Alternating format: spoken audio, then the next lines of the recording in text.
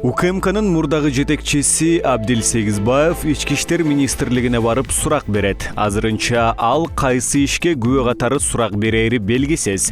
Буга чейин экс-чекс мурдагы шефи Алмазбек Атамбаевди колдоп жүргөн. 7 августтагы Атамбаевди кармоо операциясында чурайына ок тийип ооруканага жаткан.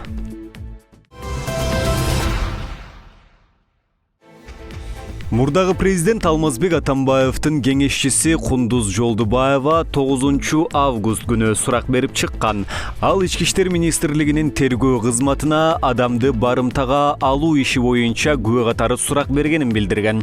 Ал күнү жогорку кеңештин депутаттары Ирина Карамушкина, Асель Кодураңова дагы суракка алынып келинген. Чакырылгандардын арасында Равшан Жээнбеков менен Мээрбек Мискенбаев дагы бар. 10 август күнү болсо 7 август боюнча сотко чейинки өндүрүштүн алкагында көрсөтмө берүү үчүн Алмазбек Атамбаевдин уулу Сейитбек Атамбаев, жакын тууганы Нурбек Шаршенов менен КСДПнын штабында иштеген Кундуз Ажибекова, Эрмек Окенов, Темирлан Султанбековдор суракка чакырылган.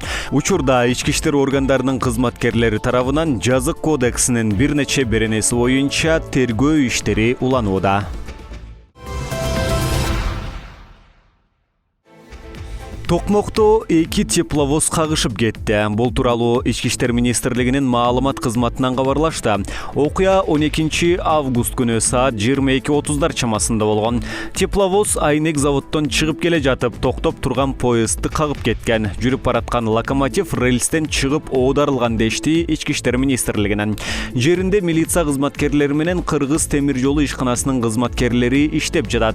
Кыргыз темир жолунун жетекчисинин орун басары Руслан Кулов кырсык болгондугун ырастап, поездди койгон тепловоз Айнек заводуна тийиштүү экендигин айтты.